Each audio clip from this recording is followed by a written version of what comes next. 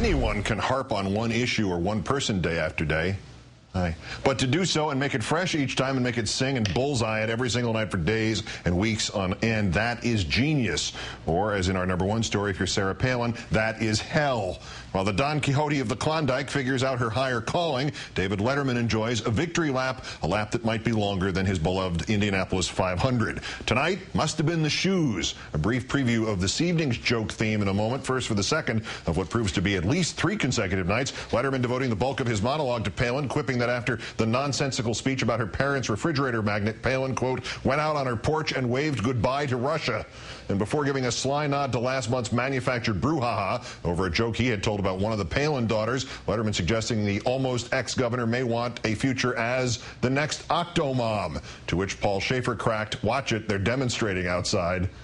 Yeah, all 3 dozen of them. Then there was the business of the top 10 list, managing to mock George W. Bush, John McCain, and himself, and still maintain Palin as punchline. The category tonight, top 10 messages on Sarah Palin's answering machine. I can't tell you how we did it, but we got a hold of her answering machine, and here are the top 10 messages. Friday, she announced she would be stepping down as governor of Alaska and would not seek re-election. Yeah. So here we have now the top 10 messages left on her machine after that controversial announcement. Number 10, hi, it's George W. Bush. Why didn't anyone tell me resigning was an option? Number 9. Number 9 is John McCain. Why did I call? Number 8, Mark Sanford here. Ever been to Argentina? Number 7, I'm calling from Geico to see if you want to renew your dog sled insurance. Number 6, it's Letterman. We still cool? Yeah.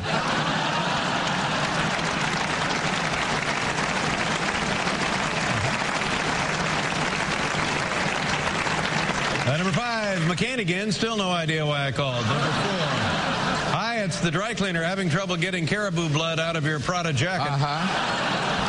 Number 3, hi, it's Sarah. Whoops, dialed my own number.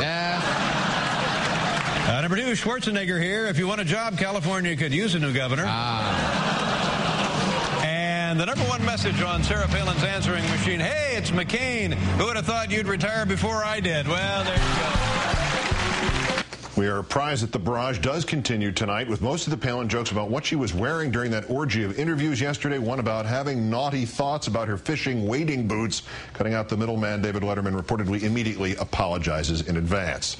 Time now to call in comedian Christian Finnegan, who joins us whenever stuff like this happens. Christian, good evening. Good evening to you, sir. All right, let's start with whatever he did at the recording of tonight's show late this afternoon about the waders. There seems to be an implication to her here. You give him material. Any material, even what you're wearing, he will be able to run with this. Well, I mean, you have to understand, after last month's kerfuffle, David Letterman basically has an ownership stake in Sarah Palin Comedy LLC. It used to belong to Tina Fey. Now it's David Letterman's. That's very powerful. That's like somebody handing you Excalibur. You know, Johnny Carson had Dan Quayle. Now Letterman has Palin. I hear Jimmy Fallon just put dibs on Idaho Representative Walt Minnick, which seems like a bit of a reach. Yeah, well, it's creative, at least. Letterman, of course, pounded John McCain for week upon week upon week after the senator blew him off in October of last year. And each night it was new and it was fresh. It was not outlandish. He didn't stray far from the original baseline of the first joke about suspending the campaign and not showing up. Do we have any estimate how long this could go on? Because there's no finish line to this the way there was with the election last year. No, I mean, I think we can all put on some sweatpants and get comfortable because, you know, what's great about Sarah Palin is that she's already done half the work for him. I mean, she's conditioned us to laugh at her. I mean, saying the word Sarah Palin to a late-night talk show audience is like me saying the word cheese in front of my wife's chihuahua. I mean, there's just the ears perk up, and all of a sudden it's like, what? Sarah Palin? Oh, this is going to be good. Is it remarkable to you, as it feels to me, that she has remained silent about this? I mean, no Facebook missives, there no tweets. Is that going to last, or is she going to have to come back at him now again? Well, in her defense, I mean, she spent a few days trying to pick out the perfect fishing waders that would look good on NBC Nightly News.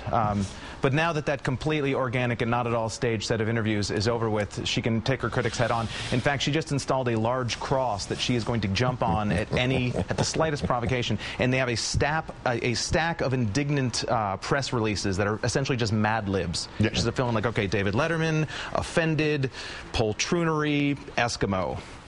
waiters. And I don't mean to correct you, but that, by the way, that cross went up. That was built by the same people who built the Wasilla Sports Complex. That's been up for a while.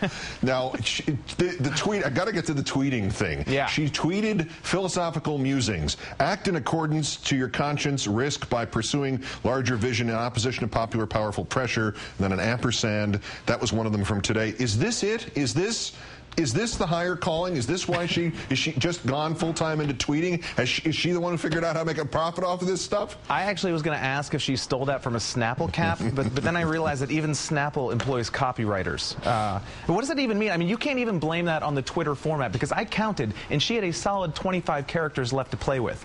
Unless she was doing us all a favor. Maybe she was leaving room for when I add a hashtag that says, things stupid people say when they're trying to sound deep. Yeah, it may have come off the series of the Starbucks cups, and that's what was left off. That's possibly, yeah. You know, Starbucks, read it on a Starbucks cup down there in liberal New York. Comedian Christian Finnegan, thanks for helping us analyze both the comedy and contributing to it.